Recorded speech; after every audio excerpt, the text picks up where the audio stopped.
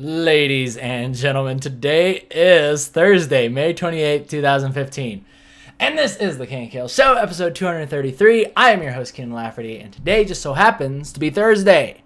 And you know what we like to do on those days? We like to find a bonsai. First of all, we need to go out on a search. We need to hike, do a spiritual journey to the bonsai tree up in the mountains. Then, we must meditate beneath the shadow of our former selves, of our past, and gaze into the horizon of our future. You like what I did there? I painted you a good picture. Ah, very good. And today what we're going to be talking about is you are worthy. You are worthy. And I'm going to be using a book that I have read in the past. This was recommended to me by my Maja. Very awesome book called Excuse Me, Your Life is Waiting. Now, I listened to this as a book on tape on YouTube because someone was kind enough to actually pirate the dang thing and put it up there. Most of it is still online if you want to take a look at it. Just type in, this title on YouTube. You can listen to like the last 4 parts of it if you want to get a taste of it. But it is a really good book. But specifically, there's something in here. There's a chapter called Victim No More. If you look here, see? Victim No More. And this has to do with a mentality that I personally have been struggling with. I struggle with this so dang much, and it pisses me off. It really pisses me off.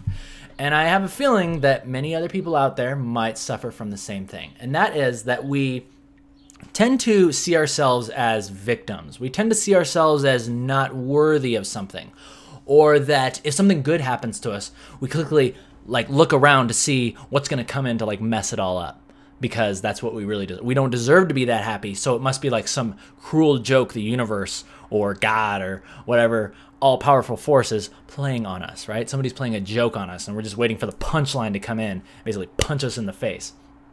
And this is something that I have struggled with for my whole life, and actually I still continue to struggle with. I mean, you look at me, right? It's like, oh, it's KNKL. The real KNKL has insecure thoughts. He has thoughts about being, he's unhappy sometimes. He's angry sometimes. He's not confident sometimes. Yes, that is true. It is very true. And it's actually quite a bit. More often than not, I struggle with things like this. It's a constant battle. It's a constant battle. And this is something that, another thing that I've talked about before is that life is not only life, I'm really starting to understand one of the hardest things that you're ever going to do to learn how to control is going to be yourself, your own mind, your own thoughts, and directing yourself for where you want to go. And yeah, just making sure everything's good over here. But I realized that one of the greatest challenges of my life was going to be mastering my own mind. Not mastering learning how to play an instrument, right? Or learning how to get really good at a video game, right? Like I play Last of Us a lot. I still suck at it, but I like to play Last of Us online. Or even learning to draw, or even artwork. I knew that stuff, I mean, that's also a constant journey too, but something that will never, ever cease is the mastery of your mind, something that you must always be pushing for. And here's the other reason why it's a constant struggle, is because it's there's a war that's constantly being waged in your own mind between positive and negative, right? And it's good to have a mixture of both, right? Because it's all about that contrast. But you want to make sure that life and your mind is a fight for territory. And as soon as you stop pushing back, that negative stuff, right? That negative thoughts and the thoughts of insecurity and thoughts of you're not enough and you're not worthy, it will immediately take over, right? The negative will automatically take over the positive. You want to think of it as like a garden, right? You gotta put a bunch of work into it to grow roses and all of these fine flowers, tulips, daisies, and all that stuff. It smells like something is burning. Hang on 1 second. Hey, you cooking? Oh, okay. I just smelled something burning. I just want to make sure it wasn't anything though. Okay. Sorry about that. My mom's over right now and she's cooking for us, so I'm not used to smelling smoky things right now. So I was afraid the apartment was on fire. Right? Everything's good now. Okay. Anyway, what was I saying? Oh my gosh, I totally suck. Okay, but anyway, oh yeah, the fight for territory. So as soon as you stop pushing for what's good, the negative will take over. The negative will take over. Oh yeah, because growing flowers, all of these pretty flowers that people like, right? Those take patience, those take skill to grow. But weeds, you don't have to put any effort into growing weeds. Weeds will grow basically through the cracks of a sidewalk, and I know you've seen them before, right? It's like you don't have to give weeds any nourishment, no like fresh soil, no nutrients, no fertilizer. They'll grow on their own. So that's the way I want you to think about positive and negative, is that the way that you tend to your mind is like a garden, right? And as soon as you stop caring for it, the weeds will take over. The negative stuff will take over. Okay, but let's get back into this book. Let's get back into this really awesome book called Excuse Me, Your Life is Waiting with a nice little red bird. And let's get to this chapter called Victim No More. Okay, so the point of this chapter that really, really hit home for me is that it's this chapter, or it's this verse that says, or not verse, it's this paragraph that basically talks about, you know, like what we're here to do. Like, why are we here on this world? Are we here to, you know, is it like some cruel joke? Do we deserve to be happy? Do we deserve to go for things? Do we deserve to have goals and achieve them and feel good? Or is that like some terrible story that's like been made up and like, you know, really we're just like so connected, or we're so we're like obsessed with gathering possessions, physical possessions, just to like feel like we're better than somebody else. You know, it's like there's all kinds of different things, right? There's all different walks of life. And you know, the other interesting thing that I found is that there's so many different kinds of walks of life. Whether you want to do like a spiritual guy up in the mountains, and someone will look at that and be like, yeah, but what about me? I want to kick butt car, right? I want a freaking Mustang GT with like 300 horsepower that like goes really fast and is really loud. And then somebody might look at that and be like, oh, but you are connected. You are too obsessed and addicted to physical things, you know? And it's like every walk of life can be detested and sort of like argued by another person. So what I've found is that it's best to not argue about it. And it's better to just say, hey, you know what? I think I just want my life to be what I want, you know? If it's like, hey, I want to be a businessman, I want to raise a successful business or make a comic and, you know, make a ton of money and then help people with that money, or even keep it all to myself and buy a freaking mansion up in the woods and just like board up all the doors and wait with a gun for the zombie apocalypse. It's like, look, that's your choice to make. That if that's what makes you happy, then do that. And if kind of cutting off all those things and meditating in the woods is cool, that's cool too. And you know, there's so many different kinds of walks of life. So it's best to not try to argue those things, and instead just say, hey, like, this is what I want to do. This is what I want to do. This is what makes me happy. Okay, so anyway, so I'm just actually going to read this one paragraph that's really awesome. Okay, so here goes. And I know I haven't read to you guys before, but I'll keep the book up so you can actually see what I'm reading. So it says, the real reality is that we have come here to thrive, to prosper, and live this grand human experience in lighthearted joy. I like that. That's actually a really good way to put it.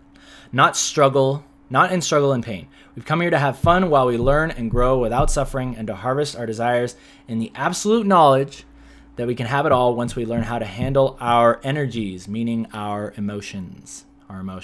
So handling your emotions. And that is basically the point of this book, is that it talks about how, I mean, this is kind of all like superstitious stuff. You talk about emotion, you talk about energy. I'm sure you guys have heard of the law of attraction. Whatever you think about brings things into your life. All right, and I've gone back and forth on like, is it true? Do you like literally materialize a Lotus Elise in your garage just by thinking about it every day when you wake up? I'm like, Lotus Elise. That's a car. Lotus is, you know, Lotus Elise. Just type that into. Not the champion, not the skin or the skin for the champion Elise, but a real Lotus Elise. Because that's the car that I always wanted. But you know, the interesting thing is that now that I always wanted those kinds of cars when I was kind of younger, but now that I'm getting older, I'm starting to think about more things like, hey, you know what? I really want to, you know, the car's nice, but I think I'll focus on that after I get my own place. Because I love having an apartment, but I want to put my investments into something that I can actually live in, something that actually has intrinsic value, like a house. But anyway, okay, so I'm totally getting off track here. I'm so sorry. And yeah. Okay, so let me talk about what I struggle with. What I struggle with feeling not worthy is that I always feel like, how do I put this? It's just like, crap. Was there something else in here that, I can't remember. If there was something in here that talked a little bit more about it. Here it is. It's the very last paragraph. It says, you deserve it all. You deserve to have all your aspirations realized, no matter what they may be. You have only to want it and to feel it. And a whole new life of extraordinary happiness will be yours. Not can be, but will be. It's a cosmic guarantee. So that's where it starts getting into like the universe and energy and stuff like that. Okay. But like law of attraction, right?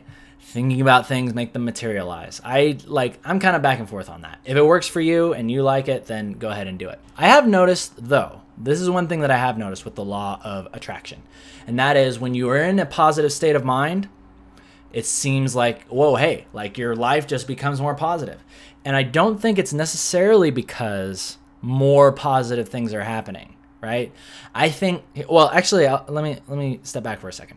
Here's what I believe, is that when you're in a positive state of mind and then something happens to you that is considerably like not what you wanted, right? If you're in a positive state of mind, you can work with that much better than if you were in a cynical state of mind, if you're negative or like ticked off or angry, you know, of course, like it's almost like it compounds. You take that trying situation that came up and you make the worst out of it.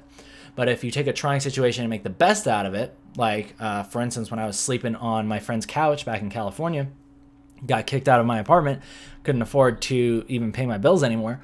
I was sleeping on a couch with at my friend's parents' place in his mom's office. If you look back, I think, yeah, like some of the very first KNKL show episodes were from that office. And you could probably like see the couch that I was sleeping on back there. And I remember back then that even though I was surrounded by trying situations, I knew that I wanted to keep myself in a positive state of mind. I tried my best to just say, what is the point of this? I'm learning about myself. I'm taking myself to, like, I'm pushing myself to a limit. And I'm going to really, whenever I get into these sort of ruts or these challenging experiences, this is when I figure out who I am. These are the times when I get to figure out who I am. I'm not comfortable here. I got a fire lit under my butt and I'm going to make something happen, right? Whereas I've noticed at other times when it tends to be a little bit more comfortable, right? I'm a little more comfortable. Everything's kind of taken care of. I got a roof over my head. I got food, you know, I got a car, all the necessary things, all the main necessary things are taken care of. I find it very easy to just kind of get comfortable and complacent, and you don't have that same fire lit under your butt. And so it can be a negative thing if you're a little bit too complacent.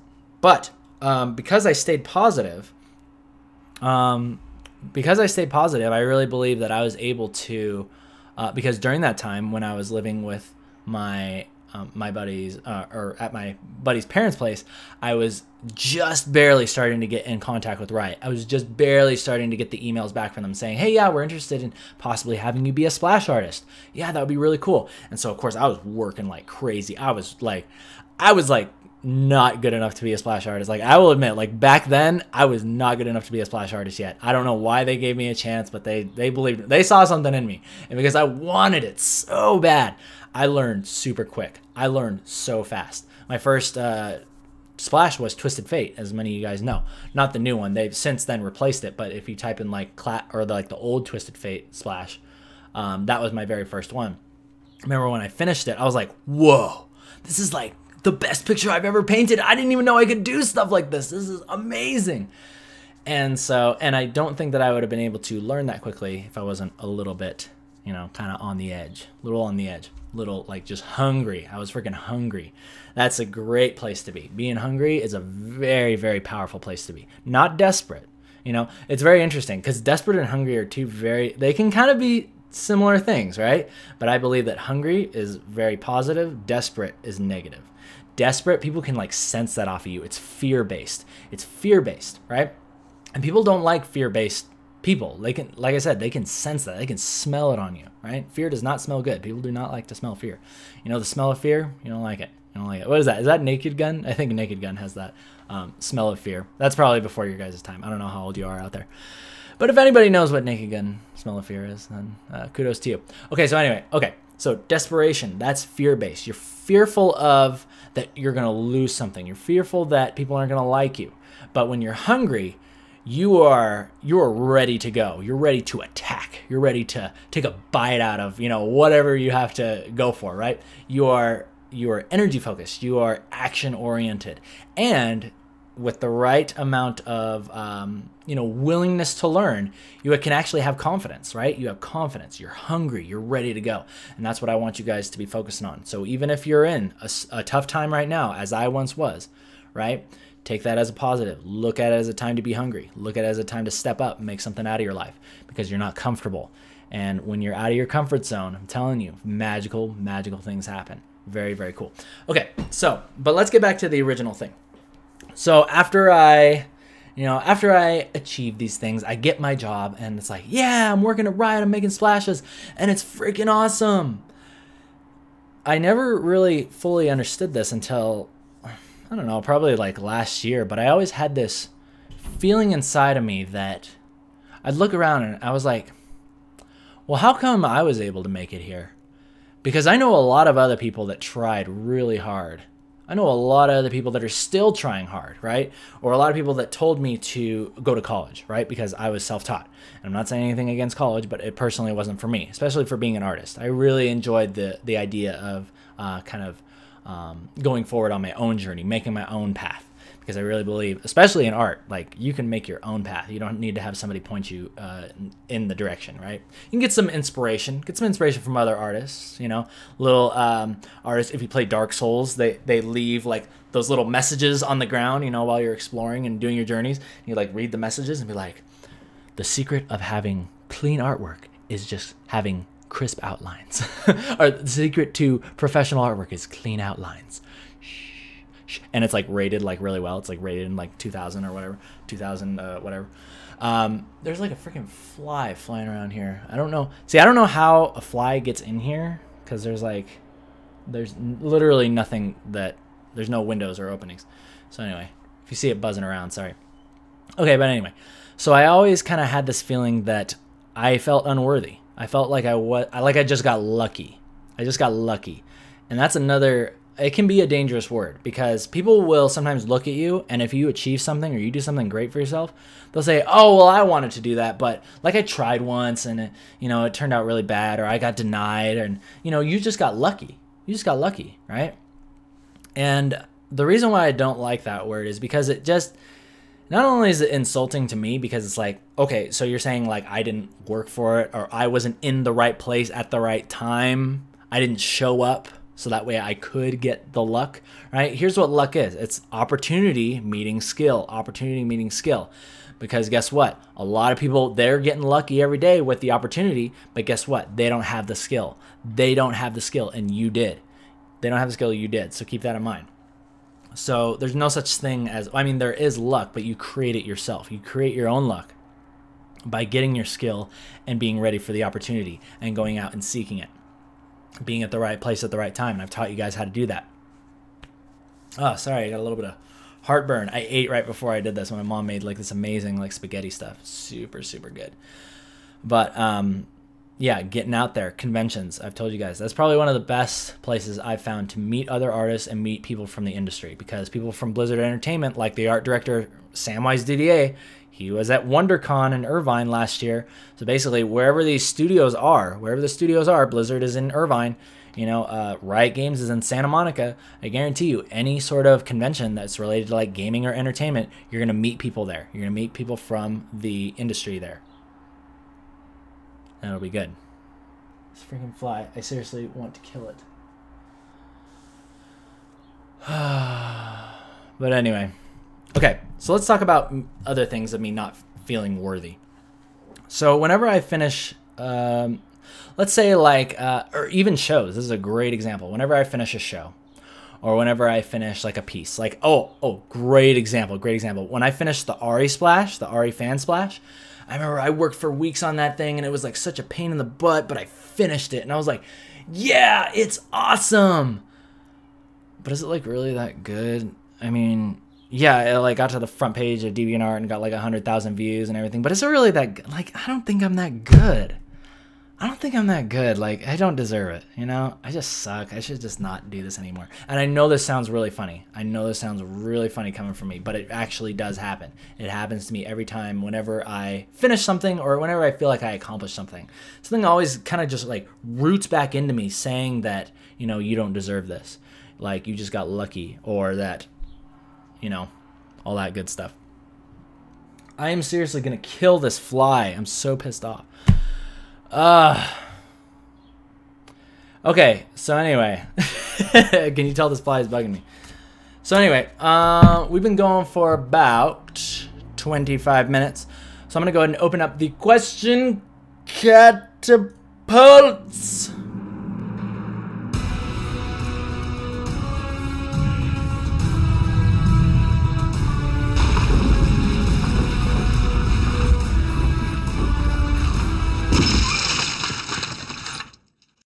All right, ladies and gentlemen, please cast your questions over the castle walls.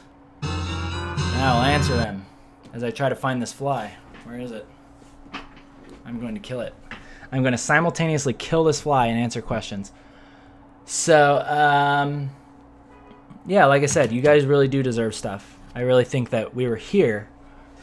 We were put here. I don't know where the heck it went. I think we're here to have a good time. I think we're here to relax. We're here to build skills. We're here to create things. And we're here to bring enjoyment to others. We're here to bring happiness and enjoyment to others, right? So I really want you guys to focus on that. And I want to tie this back into what we were talking about last week with not postponing joy, right? Because it really comes close. It comes close to that. And because I really feel that we do postpone joy because we feel that we're not worthy for joy. Or that if we do get joy, that it will quickly come in and be taken away from us. And I want to challenge you guys that next time you're feeling good or next time you're feeling joyful, just drink it in. Just drink in that feeling. Be like, yeah, you know what? This is the way I'm supposed to feel. This is happiness. This is what I deserve to have. And this thing is right on my... Did I get it? Oh, shoot. Oh, it landed right on the mic. Okay, questions. How do you... Larito's saying... Oh! There he is. Oh! I got him! Yes! Oh, okay. Okay. I got him. Swat that negativity like a fly.